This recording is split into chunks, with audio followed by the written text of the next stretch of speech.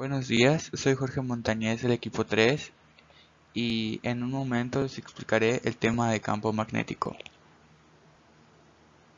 La primera pregunta que todos se hacen al escuchar este nombre es: ¿qué es un campo magnético? El campo magnético, como su definición lo indica, es una propiedad de la naturaleza. Este da su origen a las partículas cargadas en movimiento. Las fuerzas magnéticas son fuerzas que pueden atraer o repeler metales. Al igual que el campo eléctrico, este también es considerado un campo vectorial, pero tampoco produce ningún efecto sobre cargas en reposo. El campo magnético puede ser generado de formas distintas. Hay una manera natural, por ejemplo con la magnetita, por cargas en movimiento, como antes hemos explicado, o por corrientes eléctricas, que son más que nada las corrientes que circulan en un conductor. En específico, en esta presentación les explicaremos acerca de la forma en la que se genera por la corriente en un conductor. ¿Qué es la fuerza sobre un conductor? Pues principalmente es la fuerza que el campo magnético ejerce sobre un conductor que lleva corriente. Necesitaremos de un conductor de un tamaño L sería en centímetros, una intensidad de corriente por la que estará pasando el conductor, la velocidad del protón, también necesitaremos, dependiendo del caso, el ángulo que se esté formando con la fuerza, y pues el último factor que nos queda es la fuerza del campo magnético. Bueno, para que sea más claro este concepto que acabamos de entender, les tendremos un ejemplo. Un conductor rectilíneo de 15 centímetros de longitud por el que circula una corriente eléctrica a intensidad de 20 amperes se encuentra dentro de un campo magnético de 5T. Determina la fuerza que ejerce dicho campo sobre el conductor en los siguientes casos. A. El vector longitud y el vector campo son paralelos. B. Los vectores anteriores forman un ángulo de 30 grados. Aquí tenemos el ejemplo A. Vector longitud y el vector campo son paralelos. Pues primero tenemos, como en la anterior pestaña se había visto, que la fuerza B, aquí no está la B, una disculpa, es igual a la intensidad por la longitud del conductor por la fuerza del campo magnético por el seno de A. Y nos está diciendo que son paralelos. Por lo tanto, va a tener un ángulo cero. Entonces el seno de 0 es igual a 0. Al momento de hacer lo que nos dice la fórmula y multiplicarlo, nos da 0 newtons. Por lo tanto, el conductor no sufre fuerza alguna. Aquí en el ejemplo B, en cambio, nos dice que los vectores anteriores forman un ángulo de 30 grados. Tenemos igual lo mismo que en las anteriores diapositivas. Y tenemos que el ángulo A es de 30 grados. Entonces el seno de 30 grados nos da como resultado 0.5. Hacemos lo que la fórmula nos indica y nos da que se ejerce una fuerza de 7.5 newtons. Por lo tanto, se ejerce una fuerza de 7.5 newtons hacia el conductor. ¿Qué tal? Ahora vamos a hablar acerca del galvanómetro. Uno de los mayores problemas a los que se enfrentaron los científicos una vez que el mundo comenzó a funcionar con la electricidad fue el hecho de poder controlarla.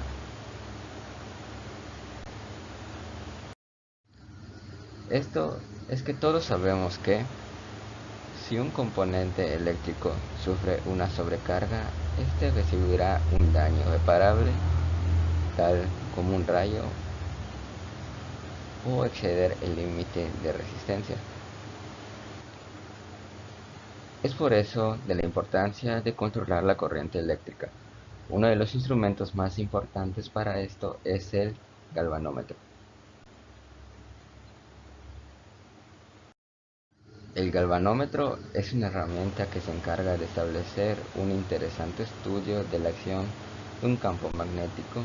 En un principio se basó en un instrumento que era orientado por el campo magnético terrestre y proporcionaba la fuerza para restablecer la aguja de la brújula.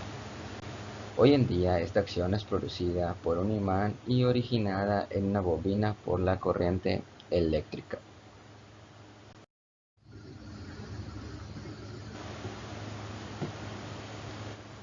Su nombre proviene del muy reconocido físico italiano Luigi Galvani, quien descubrió que cuando aplicaba electricidad a la pata de una rana muerta, pues ésta se movía.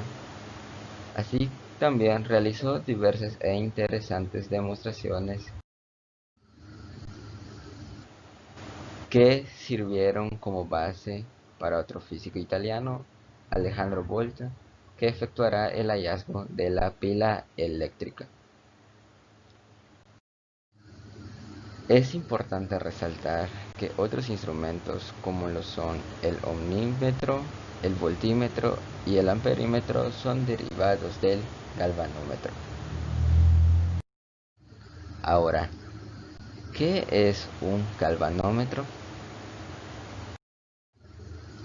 Este es un dispositivo que se emplea para indicar el paso de pequeñas corrientes eléctricas por un circuito y para medir la intensidad de esta. Este instrumento fue fundamentado en el campo electromagnético para suministrar la fuerza que restablece la aguja en la brújula. Más tarde se incluye el uso de imanes de manera opuesta y eso lo hace independiente del campo magnético de la Tierra, permitiendo que funcionen en cualquier orientación. La principal característica de un galvanómetro es la capacidad de mover una aguja cuando se hace circular una corriente continua a través de él. El movimiento de esa aguja es proporcional a la intensidad de la magnitud que se está midiendo. Todo esto se explica por medio de las leyes del magnetismo. Las partes esenciales de un galvanómetro que se necesitan conocer son un imán que produce un campo magnético fijo, una bobina móvil a través de la cual se hace circular la corriente eléctrica, una aguja indicadora sujeta a la bobina del móvil, una escala que permita leer correctamente el movimiento de la aguja y un resorte que equilibra la rotación de la bobina y devuelve la aguja al punto cero cuando cesa la corriente. El funcionamiento de los galvanómetros se basa en la interacción de la corriente eléctrica continua y el campo magnético fijo que provee el imán.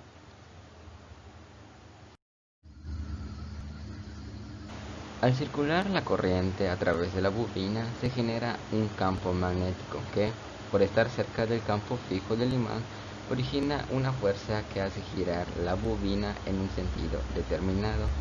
Dado que la aguja está fija a la bobina, esta también se mueve.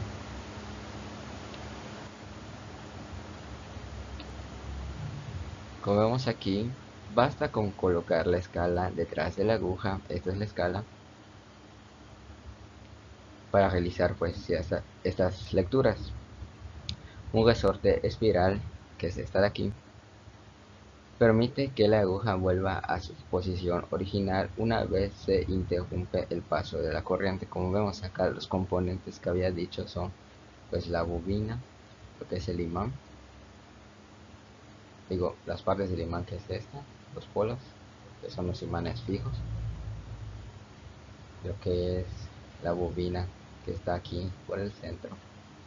Entonces, supongamos que la corriente viene de este lado y termina acá. Dependiendo de la intensidad de corriente que se le suministre, pues va a ser proporcional pues a la fuerza que permitirá a la aguja pues moverse por toda esta medida, dando pues unos resultados muy exactos. La principal utilidad de un galvanómetro pues es la de comprobar el paso de corriente por un circuito, y debido a su sensibilidad para indicar la cantidad de corriente que pasa a través de él, pues constituye la base de muchos instrumentos de medición que ya habíamos mencionado antes, como el voltímetro, amperímetro y otros polímetros. Los valores máximos que puede soportar un galvanómetro en sí son muy pequeños y tienden a quemarse. Por tal razón se les agrega una resistencia de valor constante que se llama shunt, que ya habíamos estudiado en temas anteriores, que pues consume la mayor parte de la corriente y permite medir valores pues mayores. Una utilidad típica del galvanómetro es la de ayudar a explicar pues los fenómenos magnéticos y electromagnéticos en la colaboración de las escuelas.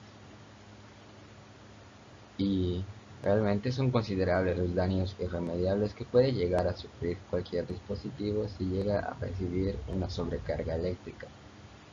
Dado de eso, pues con esta útil herramienta puedes evitar que esto suceda controlando el nivel de corriente que exista, ya sea en el hogar o en el ambiente laboral e industrial. De aquí la importancia del galvanómetro. Un galvanómetro. Un galvanómetro es un instrumento que sirve para detectar pequeñas corrientes eléctricas. ¿Cómo funciona un galvanómetro? Una pila suministra corriente eléctrica a la bobina. Aquí te presentamos la pila de color azul y la bobina de color amarillo. La pila, al hacer pasar energía eléctrica a través de la bobina crea un campo magnético muy intenso. En la animación vemos unos puntitos blancos. Eso representa la energía eléctrica pasando a través de la bobina. Esa energía genera un campo magnético, y ese campo magnético perturba la aguja imantada de la brújula. Cuando la aguja de la brújula detecta un campo magnético y no hay un imán, significa que hay una corriente eléctrica que genera el campo electromagnético. En 1831, Michael Faraday descubrió las corrientes eléctricas inducidas al realizar experimentos con una bobina y un imán. Tenemos aquí un galvanómetro conectado a una bobina y arriba tenemos un imán. La aguja de la brújula no se mueve. Esto quiere decir que no hay electricidad. Dejamos caer el imán. ¿Qué pasó? La aguja de la brújula se movió. Se movió porque se creó un campo electromagnético.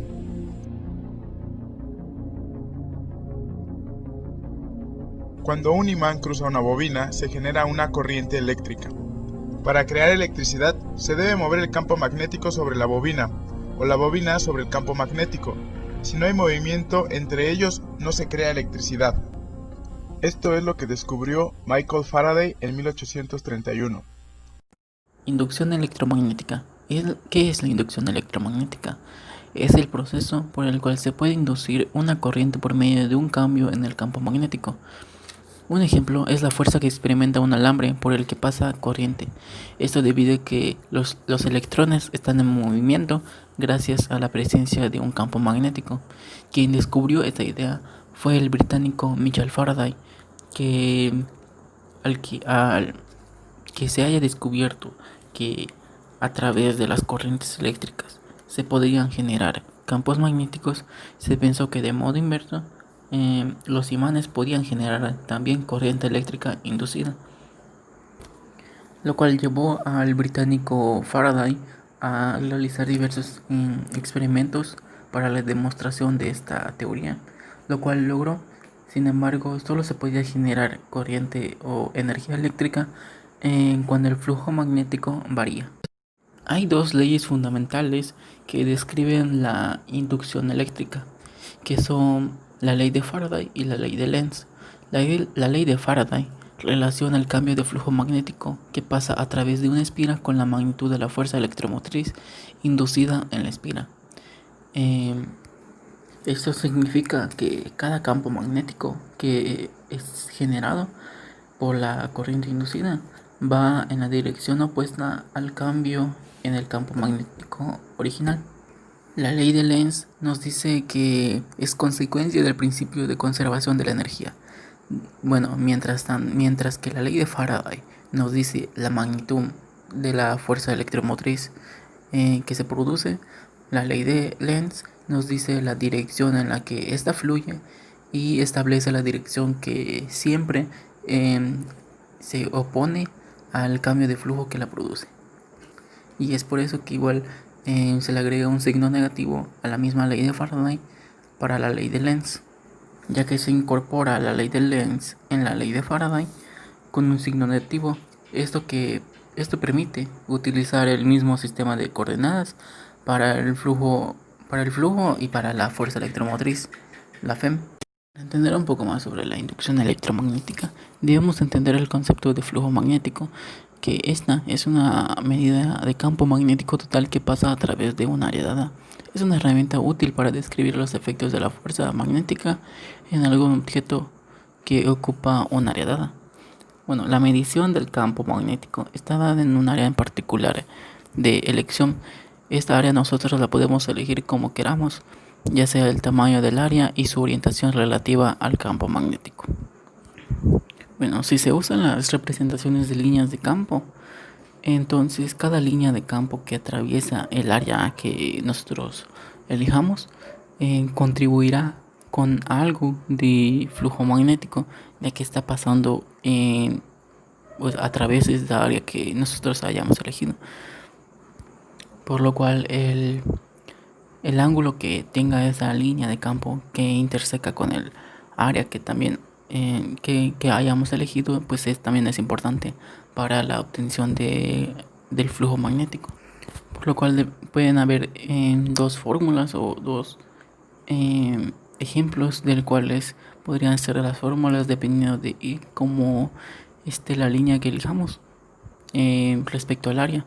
Bueno, en el primer caso si se toma una superficie plana de área A como nuestra área de prueba y hay un ángulo θ entre su normal y un vector de campo vectorial con magnitud B, entonces la fórmula para obtener el flujo magnético total es la que se muestra en la diapositiva, que es B por A coseno de θ, a comparación de que si la superficie es perpendicular al campo, entonces el ángulo es 0 y el flujo magnético simplemente es B por A.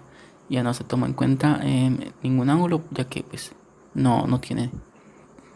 Y pues en las diapositivas aquí se muestra una imagen de ambos casos, de cómo se vería pues, gráficamente. Bueno, el experimento que utilizó Michael Faraday fue en base a un tubo de cartón con alambre aislado enrollado a su alrededor para formar una bobina que conectó a un volímetro a través de la bobina y se registraba la fuerza electromotriz que se inducía conforme pasaba un imán a través de la bobina. Bueno, y como ya había mencionado antes, para generar la corriente eléctrica o la energía eléctrica era solo cuando el flujo magnético varía, por lo cual tenía que estar en movimiento, o sea, el imán tenía que meterlo y, balancearlo más bien, o acercarlo y alejarlo constantemente para que el volímetro pudiera detectar que existía pues energía en ese movimiento o en ese experimento que se estaba realizando. Es por eso que en las observaciones que Faraday tuvo en ese experimento es cuando el imán estaba en reposo dentro pues, de la bobina, pues no se observó ningún voltaje, el volímetro no variaba, y cuando el imán entraba de la bobina se producía una corriente transitoria. Cuando el imán pasaba por el centro de la bobina se registraba un cambio en el signo del voltaje, el cual cuando el imán salía de la bobina se producía una corriente de sentido contrario a cuando estaba adentro. En la diapositiva les muestro una gráfica donde se puede ver el cambio que tenía el volímetro en este caso cuando entraba, cuando pasaba por el centro y cuando salía. Ya cuando se alejaba pues no había ningún movimiento o ningún cambio. Bueno, para generar esta corriente eléctrica a través de este medio pueden ocurrir de dos maneras, como la que se utilizó en la ley de de Faraday en su experimento de Faraday, que fue em, cuando el imán estaba en movimiento y la bobina se mantenía en reposo. Pero igual puede ser en caso inverso, que el imán esté en reposo y la bobina esté en movimiento. Algunos casos de donde se utiliza la inducción electromagnética, es en los hornos de microondas, en los transformadores eléctricos, en los timbres de las casas y en los micrófonos, que son como objetos cotidianos que están en donde está la presencia del electromagnetismo. Propiedades magnéticas de la materia. Una vez que ya vimos que la electricidad y el magnetismo están relacionados, podemos explicar la inducción, pero ¿cómo explicamos que existan rocas magnéticas y cómo explicamos la existencia de los imanes? Si ya sabemos que cargas en movimiento producen campos magnéticos, ¿es acaso que las rocas tienen baterías adentro? Pues no. Vamos a ver que algunos átomos funcionan como pequeños imanes. De hecho, casi todos los átomos son imanes. Y esto es porque, como sabemos, los átomos están compuestos de un núcleo positivo rodeado de una nube de electrones que se mueven a velocidades extremas. Estos electrones son cargas en movimiento y, por supuesto, aunque sean muy pequeñas, producen campos magnéticos, aunque sean pequeños. Estos campos magnéticos la mayoría del tiempo se contrarrestan entre sí. Como sabemos, los electrones tienden a buscar una pareja con un spin opuesto. El spin es una característica cuántica que es inherente a cada partícula subatómica y pues los electrones tienden a buscar uno con el spin opuesto o tienden a ajustar su spin para estar en un estado apareado, el cual es más estable. Incluso sabemos que los enlaces químicos los covalentes tratan de aparear sus electrones.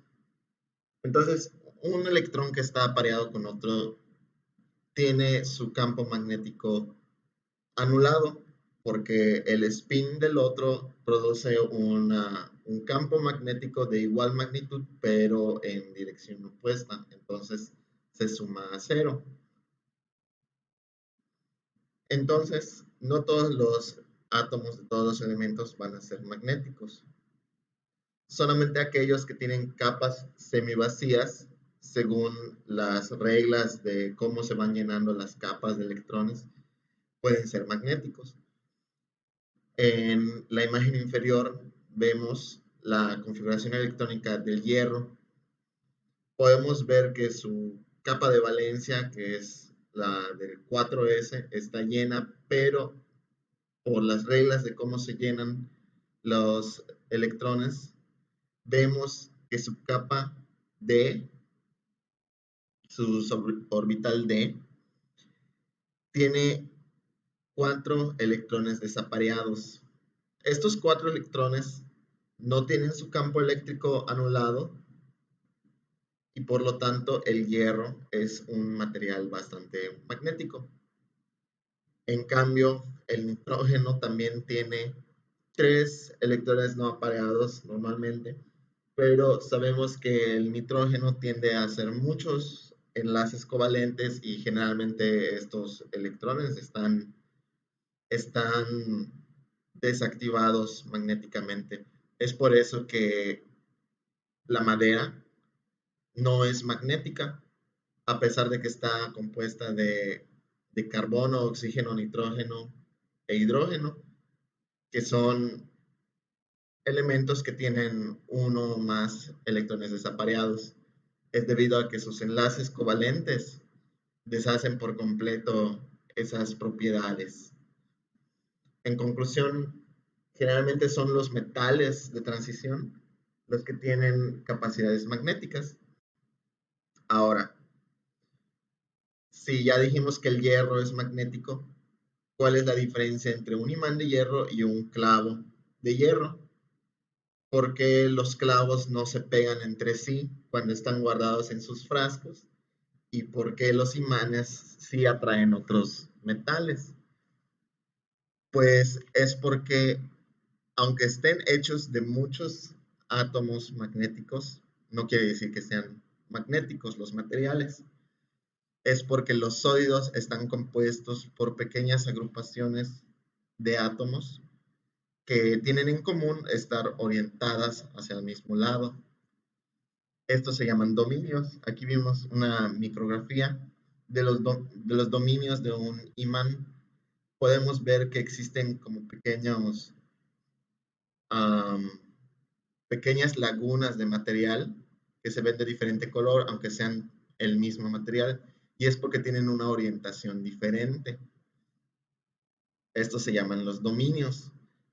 Cuando los dominios están desalineados, como en la imagen de la izquierda, el material, el objeto, no tiene capacidades magnéticas. Pero cuando sí están alineados, todos los campos magnéticos funcionan de manera en que se apoyan unos a otros para formar un campo magnético total. Esta es la característica que tienen los imanes permanentes. Sus dominios están alineados y el campo magnético es relevante y se puede manifestar en sus alrededores, atrayendo objetos o repeliéndolos. Los dominios se alinean cuando uno de ellos es lo suficientemente fuerte para obligar a los otros, o cuando un campo magnético externo los obliga a alinearse. Y esto lo observamos cuando un imán potente lo ponemos en contacto con un clip, por ejemplo, y luego observamos que ese clip atrae a otros clips para formar una cadena. Esto es porque los dominios del clip han sido obligados a alinearse al campo magnético, y esto causa que se vuelvan unos imanes temporalmente.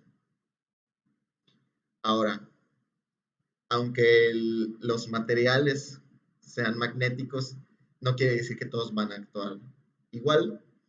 El caso que ya discutimos es el caso de los materiales ferromagnéticos, llamados así en honor al comportamiento que tiene el hierro.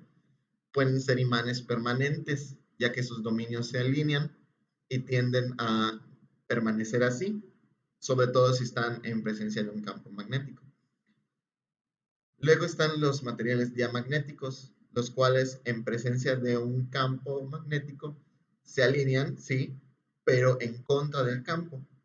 Y son los materiales que son repelidos por los imanes, como vemos en la imagen, en las que observamos un material diamagnético levitando porque está en presencia de un campo.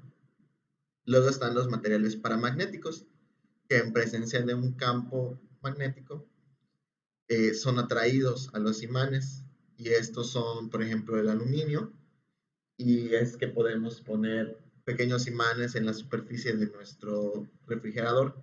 El material del refrigerador en sí no es un imán, pero puede ser atraído, puede ejercer una atracción a los imanes.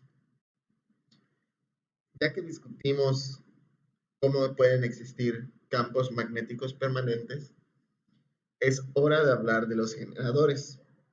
Y los generadores básicamente son los que impulsan nuestra civilización. Básicamente cualquier cosa que tenga una energía mecánica puede convertirse en una energía eléctrica, en corriente, gracias a los generadores. Y es por eso que podemos aprovechar la energía potencial del agua en las presas, la energía cinética de las olas en el mar, de los ríos y del aire. Incluso con nuestra tecnología de fisión nuclear, y cuando eventualmente descubramos la fusión, vamos a poder aprovechar la energía atómica gracias a los generadores que van a calentar el agua, producir vapor y propulsar nuestros generadores. Pero vamos a ver cómo funciona un generador. El generador básicamente es un armazón que contiene varios giros de un material conductor, llamémosle un alambre, que gira constantemente dentro de un campo magnético. En este caso se ejemplifica con dos imanes grandes. Tiene unos recolectores para la corriente que se va a producir y estos colectores van a transmitir la corriente por un circuito. En este caso vemos un galvanómetro que nada más nos va a servir para explicar cómo funciona. El armazón se gira gracias a la energía cinética de aquello que lo conectes y gracias a las leyes de torsión magnética y de Lenz podemos explicar que se va a producir una fuerza electromotriz y esta fuerza electromotriz va a ser directamente proporcional al número de giros del alambre que tenga, al área que esté encerrada entre dichos giros de alambre. W representa el momento angular, es decir, la velocidad con la que se gira el armazón, y el seno de θ representa el ángulo que tiene el armazón con respecto al campo magnético. Es por eso que el campo magnético se tiene que poner de cierta manera en el que sea recto. Ahora, nosotros con nuestro conocimiento de matemáticas podemos saber que el seno no siempre va a ser positivo y no siempre va a ser diferente de 0.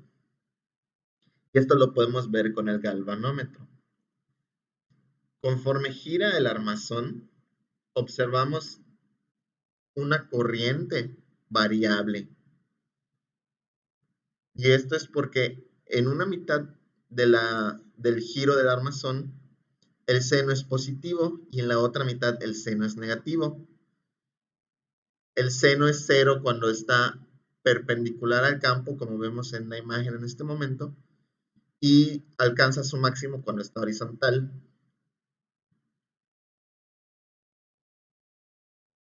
Aquí lo vemos nuevamente. La corriente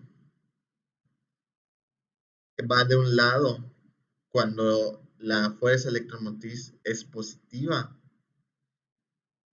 y a su vez se invierte cuando la fuerza electromotriz es negativa. Para saber hacia dónde va a ir la corriente podemos usar una regla de la mano derecha en el que el pulgar representa la dirección del giro del armazón, el dedo índice representa la dirección del campo y el otro dedo va a representar hacia dónde va a fluir la corriente. Ahora, aquí podemos ver cómo varía sinusoidalmente la corriente dependiendo del giro del generador. Ahora, anteriormente dije que los generadores son muy útiles, pero cuesta trabajo ver cómo puede ser útil una corriente que varía, que a veces es 0 y que otras veces se contradice perfectamente a sí misma dependiendo del seno del ángulo. Bueno, esto se llama corriente alterna. Es la corriente que se produce en los generadores de corriente alterna y que varía sinusoidalmente. ¿Cómo puede ser esto útil? Bueno, resulta ser que la corriente que usamos cotidianamente es de corriente alterna. Y es que la corriente alterna nos permite tener voltajes más altos, lo que nos permite transportar dicha corriente a distancias más largas con menor pérdida en forma de calor. Y podemos ajustar el voltaje conforme lo necesitemos gracias a unos aparatos llamados como transformadores. Los transformadores los tenemos todos fuera de nuestras casas, en los postes de luz, y funcionan con una bobina de voltaje primario que trae la corriente alterna. Y esta corriente alterna, conforme va adelante y hacia atrás, forma un campo magnético variable que va a inducir una corriente directa en el devanado secundario. Y eso es lo que nos permite tener electricidad. Y este voltaje se puede ajustar conforme a las necesidades del hogar, y es por eso que tenemos distintos voltajes en el hogar. Tenemos normalmente 110 volts o 220 volts, el doble. Con esto ya resumimos las propiedades magnéticas de la materia, como el conocimiento de estas, que solamente se logró gracias a la mecánica cuántica al explicar el spin de los electrones, lo podemos aplicar junto con el conocimiento que el curioso Faraday nos dio de la inducción electromagnética para poder propulsar la civilización humana, ya que todo lo que tenemos funciona con electricidad, generalmente convirtiendo la energía cinética de nuestro planeta en energía eléctrica. La única excepción quizás sea la energía del sol, que produce corrientes, pero de otras maneras, no necesariamente directamente de la energía cinética.